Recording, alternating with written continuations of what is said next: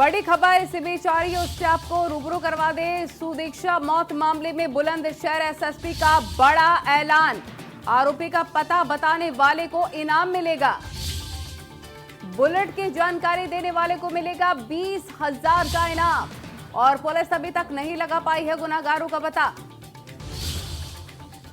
तो आपको बता दें कि वो सुदीक्षा जो कि लगभग 4 करोड़ की स्कॉलरशिप पर विदेश में पढ़ाई कर रही थी, भारत का नाम रोशन कर रही थी, ईव टीजिंग की वजह से, यानी कि छीटाकशी जो लगातार मंचले कर रहे थे, उसकी वजह से रोड एक्सीडेंट हुआ जिसमें उसकी दुखद मौत हो गई।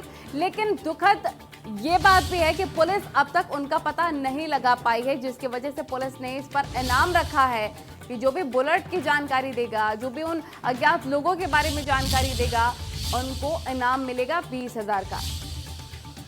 पुनीत हमारे संवाददाता फोन लाइन पर तमाम जानकारी के साथ। पुनीत, इस पूरे मामले पर क्या अपडेट है? बताया जा रहा है कि जो भी आरोपी का पता बताएगा या बुलेट की जानकारी देगा, उस पर इनाम रखा गया 20,000 का।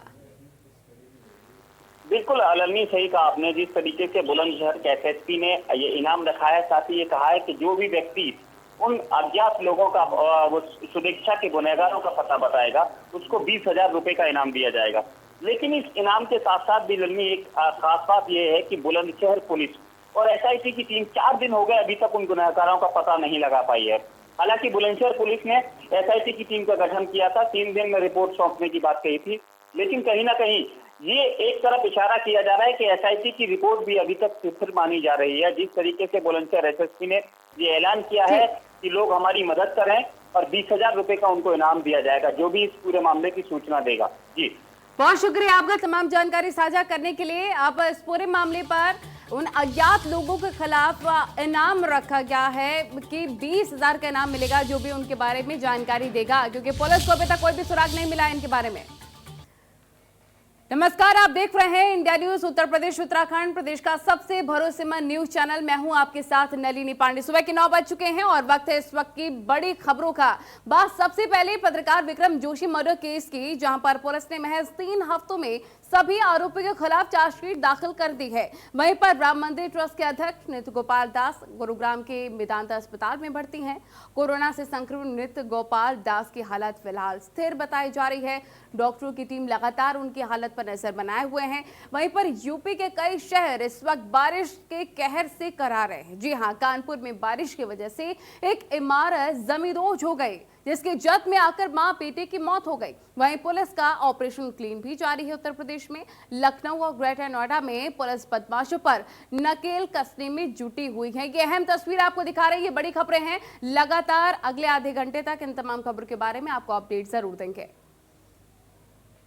तो 4 अहम तस्वीर आपको दिखा रहे हैं और जिस पर लगातार हमारी नजर बनी हुई है। अपडेट जरूर आप तक पहुंचाएंगे। इन बड़ी खबरों का बुलेटिन आप देख रहे हैं। यूपी में जहां बारिश का कहर जारी है, वहीं पर पुलिस का ऑपरेशन क्लीन भी लगातार जोरों पर चल रहा है।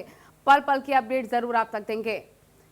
तो शुरुआत करते हैं खबरों की। सबसे पहले आपको बताते हैं कि गाजियाबाद विक्रम जोशी हत्याकांड में अब चार्जशीट दाखिल हो चुकी है और पुलिस ने 3 हफ्ते में दाखिल की है चार्जशीट। सभी आरोपियों पर गैंगस्टर एक्ट में कार्रवाई होगी। सभी 10 आरोपियों पर गैंगस्टर एक्ट लगाया गया है।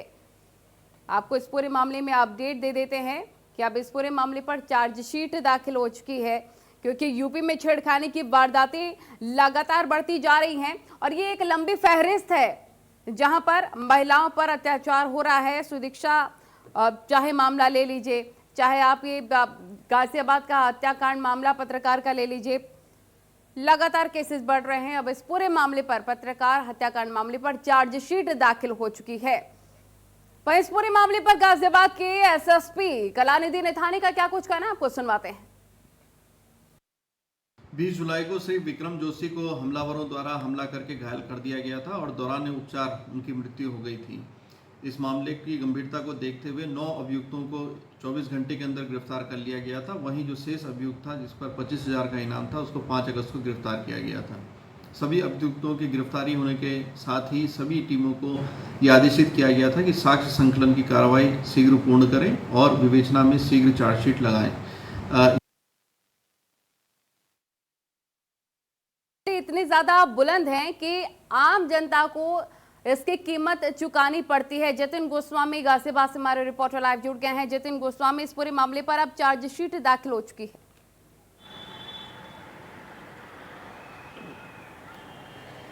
देखिए, बिल्कुल चार्जशीट दाखिल कर दी है और पुलिस ने पहले ही कहा था कि आरोपियों पर गैंगस्टर के तहत कार्रवाई की जाएगी, लेकिन गैंगस्टर की एक प्रक्रिया होती है, तो वो प्रक्रिया पूरी हुई और आखिरकार आरोपियों पर गैंगस्टर एक्ट के तहत कार्रवाई की गई है। ये बता दें, मामले में 10 आरोपी पहले से गिरफ्तार किए गए थे, जिनमें से एक आरोपी फरार चल रहा था और उसे अभी पूर्व में हाल ही में गिरफ्तार किया गया था। और यहाँ ये भी बता दें कि इस मामले में जहाँ पत्रकार की हत्या हुई थी, उस संबंधित चौकी इंचार्ज को सस्पेंड कर दिया गया था और जो थाना इंचार्ज हैं उन्हें लाइन हाजिर कर दिया गया था। तो कुल मिलाकर बड़ी कार्रवाई इस मामले में पहले से ही की गई थी और एसएसपी कलानिधि नैथानी इस पूरे मामले में काफी ज्यादा सख्त नजर आए थे और उन्होंने ये साफ तौर पर कहा था कि किसी भी आरोपी को बख्शा नहीं जाएगा। और गैंगस्टर एक्ट लगाना उस सख्ती को जाहिर भी करता है, क्योंकि गैंगस्टर लगने के बाद अब आरोपियों को जल्द जमानत नहीं मिल पाएगी। और क्योंकि परिवार का ये डर भी था कि जब ये आरोपी दोबारा जमानत पर अगर बाहर आ गए तो काफी ज्यादा मुश्किलें परिवार के लिए खड़ी कर सकते हैं। दहशत उनके जहन में निश्चित तौर पर थी, लेकिन अब क्योंकि अगर आरोपियों पर कड़ी कार्रवाई होगी, गैंगस्टर के तहत कार्रवाई होगी,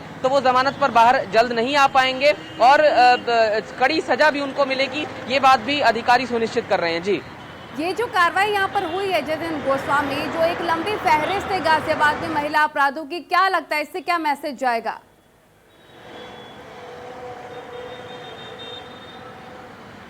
देखिए, जिस तरह से अपराध बढ़ रहे हैं उसके तहत कड़ी कार्रवाइयां होना जरूरी है। ऑपरेशन क्लीन यूपी पुलिस ने चलाया, लेकिन अगर सीधे शब्दों में कहें तो ऑपरेशन क्लीन का सीधा असर नहीं हो पाता है।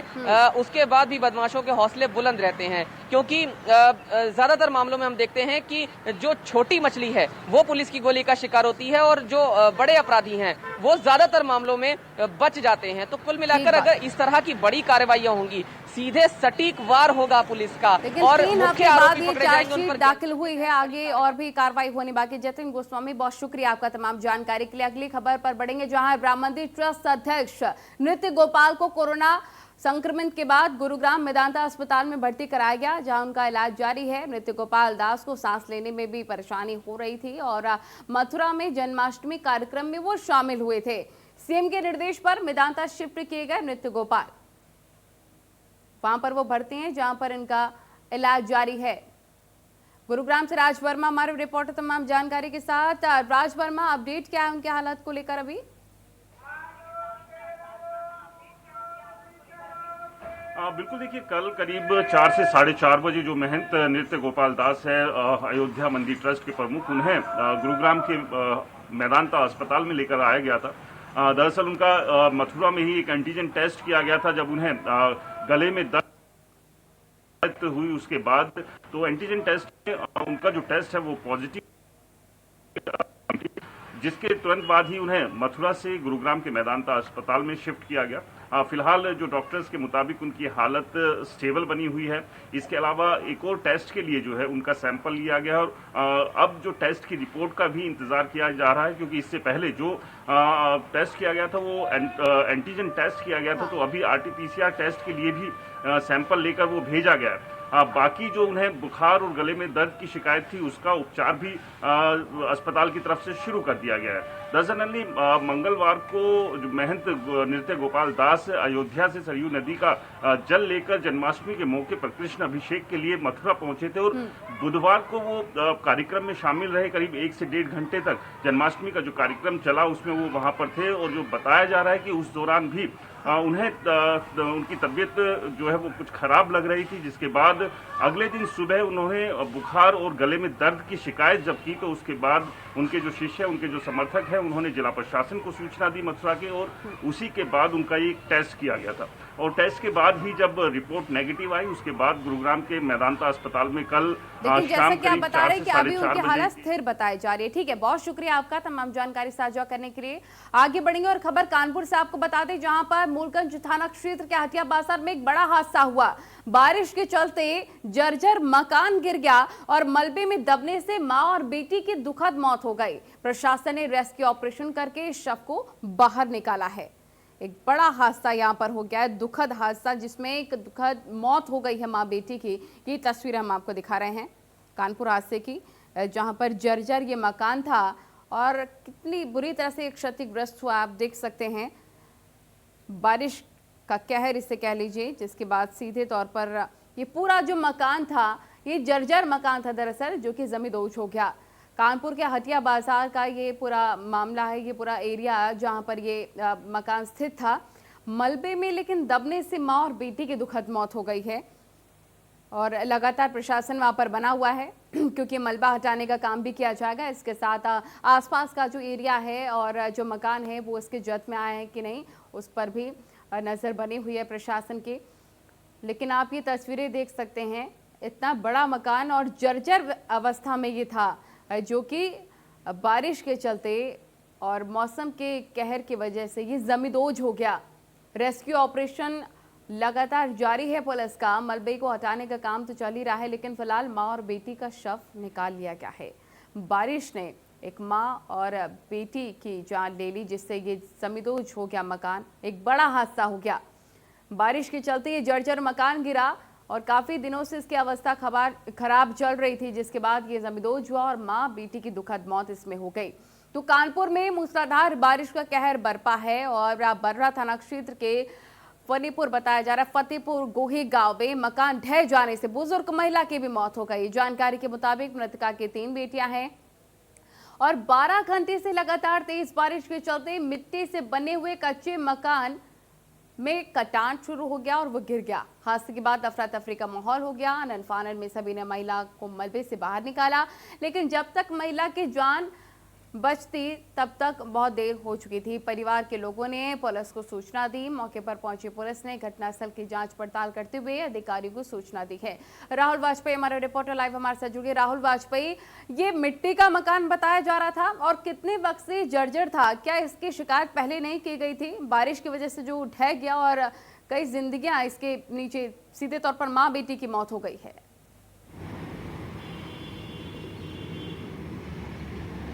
जी, निश्चित तौर पे पूरी घटना में माँ बेटी की मौत हो गई। मैं आपको बता दूं, कहीं ना कहीं जो पिछले दिन बीती रात से लगातार बारिश हुई, करीब 12 से 13 घंटे कानपुर में बारिश हुई और हालात ये हो गए कि कानपुर थम सा गया, कानपुर रुक सा गया।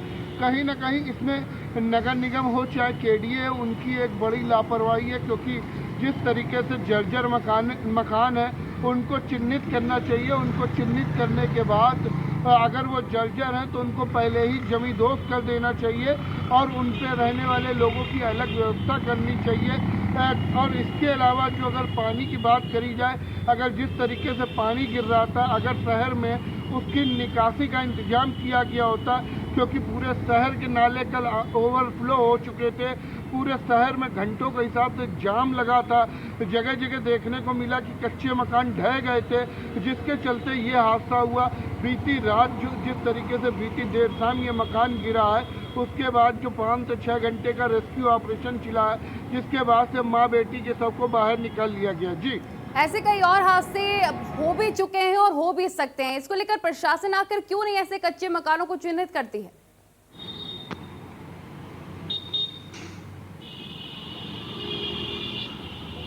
जी, निश्चित तौर पे जो जिम्मेदार लोग हैं उनको ये चिन्हित करना चाहिए, क्योंकि कानपुर शहर में ऐसे 1 दर्जन नहीं 2 दर्जन से अधिक मकान होंगे जो इस तरीके की घनी आबादियों में हैं, जिनका अब जिसमें अब किराएदार ही बसते हैं। उस तरीके के कई मकान ऐसे हैं, लेकिन कहीं ना कहीं जो नगर निगम है या अगर कहा जाए कानपुर विकास प्राधिकरण है, तो अब उनको इन मकानों को चिन्हित करके पहले ही जमींदोज कर देना चाहिए। मैं बता दूं, बरसात का मौसम शुरू हो चुका है, अब बारिश होने लगी है, तो कहीं ना कहीं ऐसी और भी घटनाएं देखने को ना मिले, इसके लेकर जिला प्रशासन को सजग होना पड़ेगा।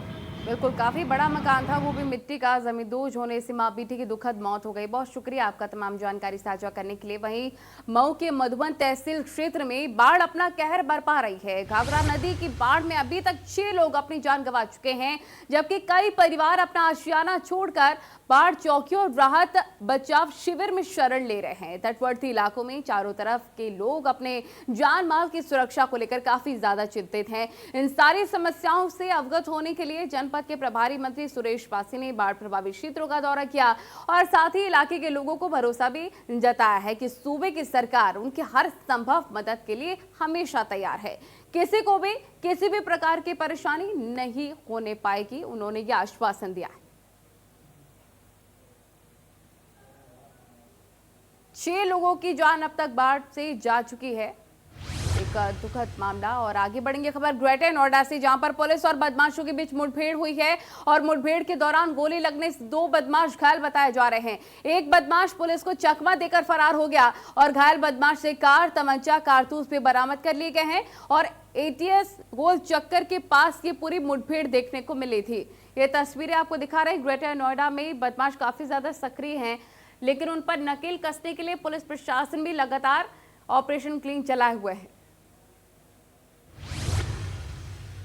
तो लखनऊ में बदमाश और पुलिस के बीच भी मुठभेड़ हुई और 25,000 का इनामी लुटेरे को गोली लगी है। चेकिंग के दौरान बाइक सवार लुटेरे ने फायरिंग की और शातिर बदमाश इजराइल पर दर्ज हैं 1.5 दर्जन मुकदमे।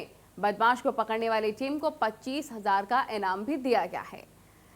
लगातार पुलिस का ऑपरेशन क्लीन जारी है, जिसके तहत बड़ी कामयाबी भी पुलिस को यहां पर मिलती हुई नजर आ रही है। चेकिंग के दौरान ये बाइक सवार लुटेरा पकड़ा गया था, फायरिंग करके इसको पकड़ लिया गया है। मुठभेड़ के बाद जिसको पकड़ा गया है, दर्जनों मुकदमे इस पर दर्ज थे। वहीं कानपुर के रायपुरवा थाना क्षेत्र में हिस्ट्री शीटर ने ट्रांसपोर्टर को तमंचा लगाकर 2 लाख की रंगदारी मांगी है। घटना के बाद कारोबारी ने किसी तरह से मौके से भागकर खुद की जान बचाई है और पीड़ित अजय श्रीवास्तव ने इलाके में रहने वाले हिस्ट्री शीटर मनोहर शुक्ल पर आरोप भी लगाया है कि उसने तमंचे की नोक पर ट्रांसपोर्टर से 2 लाख की रंगदारी मांगी और मना करने पर मनोहर शुक्ला ने पहले तो जमकर पीटा, फिर जान से मारने की धमकी शुरू कर दी। वहीं पर शोर शराबे के बीच इलाके में भीड़ को इकट्ठा होता देखकर हिस्ट्री शीटर जो था मौके से चलता बना और घटना के बाद से ट्रांसपोर्टर और उसका परिवार काफी ज्यादा सहमा हुआ है। मामले में पुलिस ने पीड़ित की तहरीर पर आरोपी के खिलाफ मुकदमा दर्ज कर लिया है। तमंचा दिखाकर 2 लाख की रंगदारी मांगी गई थी। आप समझ सकते हैं कितने ज्यादा बुलंद हौसले इन हिस्ट्री शीटरों के होते चले जा रहे हैं। किसी तरह से कारोबारी ने भागकर अपनी जान बचाई है। अब खबर प्रयागराज से, जहां पर नगर पालिका का बड़ा अभियान, जी हां, भारी भीड़ और गंदगी को लेकर यह अभियान चलाया गया। रात भर सड़कों को सैनिटाइज कर रहे पालिका कर्मी ईओ नगर पालिका और मोदित सिंह की अगुवाई में यह महाअभियान चलाया गया है। नगर पालिका को कोरोना मुक्त करने को लेकर यह प्रयास जारी है। रफ्तार के साथ जहां केसेस बढ़ रहे हैं, वहीं पर प्रशासन भी पूरी मुस्तैदी के साथ काम कर रहा है। जो भी भीड़ भाड़ वाले इलाके हैं और रात का जो वक्त है, उस वक्त सैनिटाइजेशन का काम चल रहा है। ईओ नगर पालिका मोदित सिंह की अगुवाई में ये महाअभियान चलाया गया है। तो अभियान के तौर पर प्रशासन काम कर रहा है। सैनिटाइजेशन की प्रक्रिया लगातार जारी है, लेकिन लोगों से भी लगातार अपील की जा रही है कि आप मास्क पहनिए और सोशल डिस्टेंस मेंटेन करिए, क्योंकि जब तक वैक्सीन नहीं बन जाती है कोरोना की, हमको सोशल डिस्टेंस मेंटेन करके कोरोना की चेन को ब्रेक करना होगा। नगर पालिका का बड़ा अभियान, सैनिटाइजेशन की प्रक्रिया लगातार जारी है। एक बड़े अभियान के तहत सैनिटाइजेशन चल रहा है। नगर पालिका को कोरोना मुक्त करने को लेकर लगातार प्रयास जारी हैं। रफ्तार के साथ जहां केसेस बढ़ रहे हैं, वो प्रशासन की चिंताएं भी बढ़ाते हैं, लेकिन प्रशासन अपनी जगह पर मुस्तैद। रात भर सड़कों पर सैनिटाइज पालिका कर्मी कर रहे हैं, जो कि एक बेहतर अभियान है। इस अभियान के तहत जो भी भीड़ भाड़ वाले इलाके हैं और रात को जो सड़कें, उनको सैनिटाइज किया जा रहा है।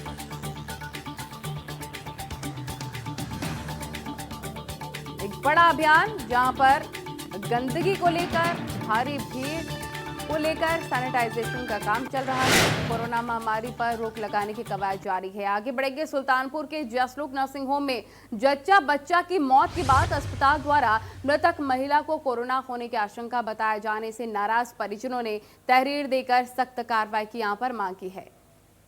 बता दें कि परिजनों से अस्पताल प्रशासन ने कहा कि मृतका को कोरोना की आशंका है और इसलिए बिना पुलिस की जानकारी के चुपचाप से जाकर अंतिम संस्कार करा दो। इस पर पुलिस ने अस्पताल के डॉक्टर पर लापरवाही से मौत के मामले का मुकदमा नगर कोतवाली में दर्ज कर लिया।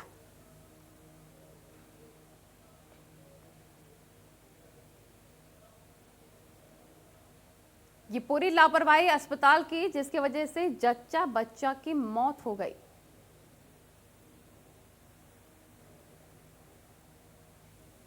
और परिजनों ने इस पूरे अस्पताल प्रशासन के खिलाफ पुलिस में शिकायत भी दर्ज करवा दी है और पुलिस लगातार कार्रवाई में जुट गई है।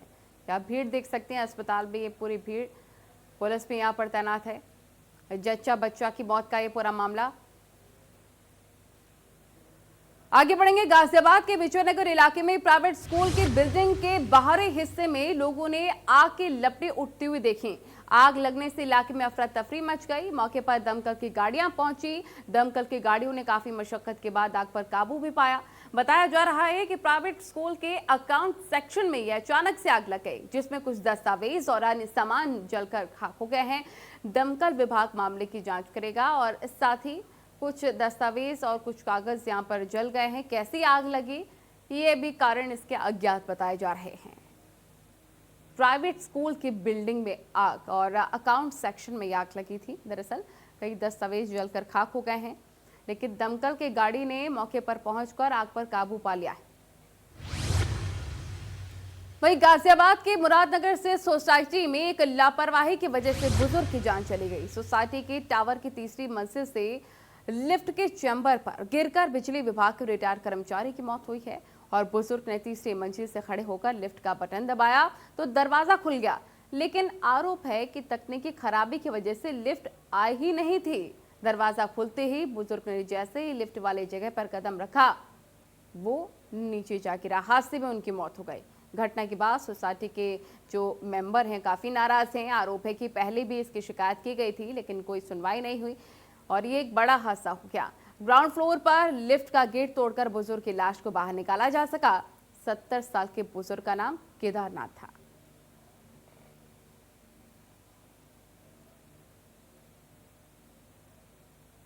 तो एक बड़ी लापरवाही का मामला और एक बुजुर्ग की जान इसमें चली गई। रुकेंगे छोटे से ब्रेक के लिए। ब्रेक के उस पार देखिए प्रदेश की 25 बड़ी खबरें।